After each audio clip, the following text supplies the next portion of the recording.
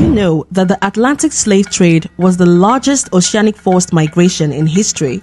The majority of African slaves in the pre-colonial Africa came from the areas in which the transatlantic slave trade was most active in East and West Africa. The Atlantic slave trade was the most tragic event in human history because of how it displaced millions of Africans from their homes and began a legacy of oppression for the descendants generations to come. And this human tragedy is not even taken into account.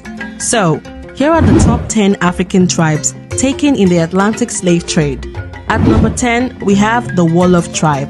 The Wolof constitute a large ethnic group inhabiting the West African country of Senegal, a former French colony, and Gambia, a former British colony. Wolof is the name by which the people refer to themselves, and it is also the name of their indigenous language.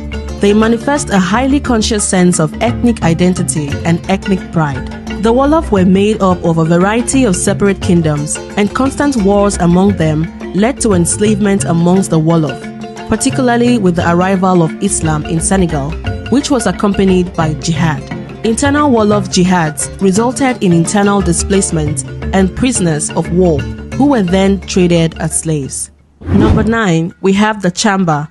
The Chamba are a significant ethnic group in the northeastern Nigeria. The Chamba are located between present-day Nigeria and Cameroon. In Nigeria, they lived primarily in Gongola State, especially in the Ver, Wafanga, and Binyeri districts of Adamawa Division, the Leko, Jada, Mbulo, Tugu, Yelwa, and Tongo districts of Ganye Division, and the Dakar, Jalingo, Mutum, Biu, Bukundi, and Gasso districts of Muri Division. There are two ethnic groups in Ghana and Togo, also called Chamba, but they are ethnically distinct. The Chamba are identified through their own language, beliefs, culture, and art. The Chamba speaks two distantly related languages, Chamba Leko of the Leko-Nimbari languages and Chamba Daka of the Dakoid languages, both of which are Niger-Congo languages. The Chamba were constantly raised by Fulani slave traders during the jihads of the 18th and 19th centuries. Eventually, in order to prevent themselves from being taken as slaves, the Chamba resorted to a resistance campaign in which they retreated to the mountains and attacked slave trading caravans. This had the desired effect and led to less people amongst the Chamba being taken in as slaves. At number 8, we have the Fulani.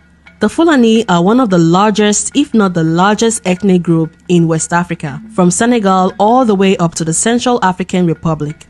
The Fulani converted to Islam very early in their history and were the primary slave raiders in West Africa, responsible for selling many African ethnic groups into slavery, as they waged jihad accompanied by slave raiding missions. Inasmuch as the Fulani were very active as slave traders, they were also amongst the most enslaved African tribe. Various Fulani groups would enslave others in the name of religion, particularly if they did not ascribe to Islam. So Fulani groups that were not Islamic were also victims of the slave trade.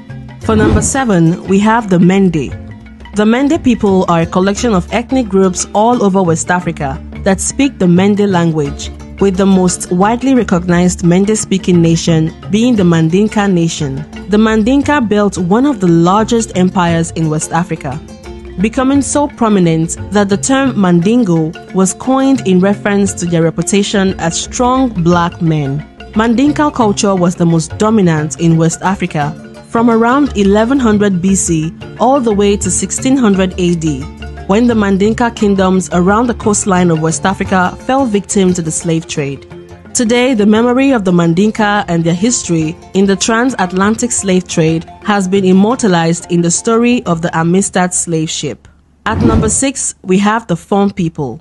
The Fon are the largest ethnic group in Benin and can also be found in parts of southern Nigeria. During the 17th century, the Fon kingdom had become well established, and it was famous for its Danhome Amazon female warriors, the inspiration for Black Panther's Dora Milaje, all-female royal guard. The Fon were both victims and beneficiaries of the transatlantic slave trade, and they eventually became a significant population amongst the enslaved people of Haiti and Trinidad. In fact, the new voodoo slave religion that would emerge out of Haiti was directly influenced by Fon religion, leading to the first successful black revolution in history with the success of Haitian Revolution. Most Fon today live in villages and small towns, in mud houses with corrugated iron gable roofs. Cities built by the Fon include Abomey, the historical capital city of Dahomey, on what was historically referred to as Europeans as the Slave Coast. The cities became major commercial centers for the slave trade. At number 5, we have the Bakongo people. The Bakongo people lived along the Atlantic coast of Central Africa in the Democratic Republic of Congo. Just like the Mandinka in Upper West Africa, they created one of the most prominent empires in their region of Central Africa, called the Congo Empire. The Bakongo got involved in the Atlantic slave trade largely due to Portuguese intrusion, which saw the Portuguese seize citizens of the Congo Empire, enslaving them illegally on a mass scale, with the situation becoming so dire that the Bakongo king wrote a letter to the Portuguese king complaining about the slave kidnappings. Eventually, the grandson of the Bakongo king was taken into slavery, and he would enter history as one of Brazil's most prominent slaves, Ganka Zumba, who would go on to build a big slave compound in Brazil under his own independent administration, where he lived like a king at one of slavery's main ports of entry. Top 4, we have the Igbo, an ethnic group native to present-day South Central and Southeastern Nigeria. The Igbo are another one of Africa's largest nations, which was also affected by the transatlantic slave trade. Due to the Aro Confederacy, the Aro people, a subgroup of the Igbo, had migrated to Igbo land, creating a demand for slaves and palm oil. The Aro Confederacy captured and enslaved Igbos, selling them to Europeans, with many of the slaves taken from the Biafran coastline being Igbos, who accounted for approximately 13% of all slaves taken to the Americas. At number 3, we have the Ashanti people. The Ashanti Empire was a pre-colonial West African state that emerged in the 17th century in what is now Ghana. The Ashanti, or Ashanti, were an ethnic subgroup of the Akan-speaking people and were composed of small chiefdoms. The Ashanti established their state around Kumasi in the late 1600s, shortly after their first encounter with Europeans. In some ways, the empire grew out of the wars and dislocations caused by the Europeans, who sought the famous gold deposits, which gave this region its name, the Gold Coast. During this era, the Portuguese were the most active Europeans in West Africa. They made Ashanti a significant trading partner, providing wealth and weapons, which allowed the small state to grow stronger than its neighbors. Nonetheless, when the 18th century began, Ashanti was simply one of Akan-speaking Portuguese trading partners in the region. From the beginning of the 18th century, the Ashanti supplied slaves to British and Dutch traders on the coast. In return, they received firearms with which to enforce their territorial expansion. After the death of Osei Tutu in either 1712, a period of internal chaos and factional strife was ended with the accession of Opoku Ware, ruled between 1720 and 1750, under which Ashanti reached its fullest extent in the interior of the country. In 1807, Osei Bonsu occupied southern Fante territory, an enclave around British headquarters at Cape Coast. In the same year, Great Britain outlawed the slave trade. Declining trade relations and disputes over the Fante region caused friction over the following decade and led to warfare in the 1820s. The Ashanti defeated a British force but made peace in 1831 and avoided conflict for the next 30 years. And coming in at number 2, we have the Mbundu. The Mbundu people from Angola were amongst the most enslaved Africans according to the Atlas of the Transatlantic Slave Trade, with most being transported to Brazil.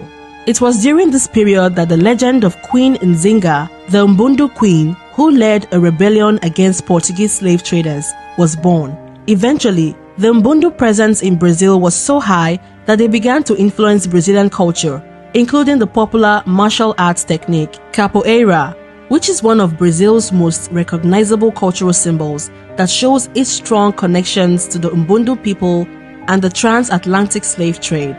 At number 1, we have the Yoruba. The Yoruba are an ethnic group of southwestern and north-central Nigeria, and they also are one of Africa's largest ethnic groups. Going back as far as the 11th century, the Yoruba were the dominant cultural force in southern Nigeria, and they were heavily engaged in the palm oil trade, which went hand in hand with the transatlantic slave trade. The origin of the Yoruba can be placed between the Oyo Empire. The Oyo Empire was active in the Atlantic slave trade as Yorubas became victims and victimizers in the process of enslavement. The Yoruba were dispersed at mass to multiple locations in North and South America, with enslaved populations going to Cuba, Dominican Republic, Venezuela, St. Lucia, Jamaica, Brazil, Grenada, Trinidad, and Tobago, and many others. The Yoruba seemed to impact the culture wherever they landed. Yoruba culture became so prominent and dominant that the Yoruba pantheon began to be worshipped in North and South America. The Orisas today are still worshipped and celebrated. Thank you for tuning in. Bye for now.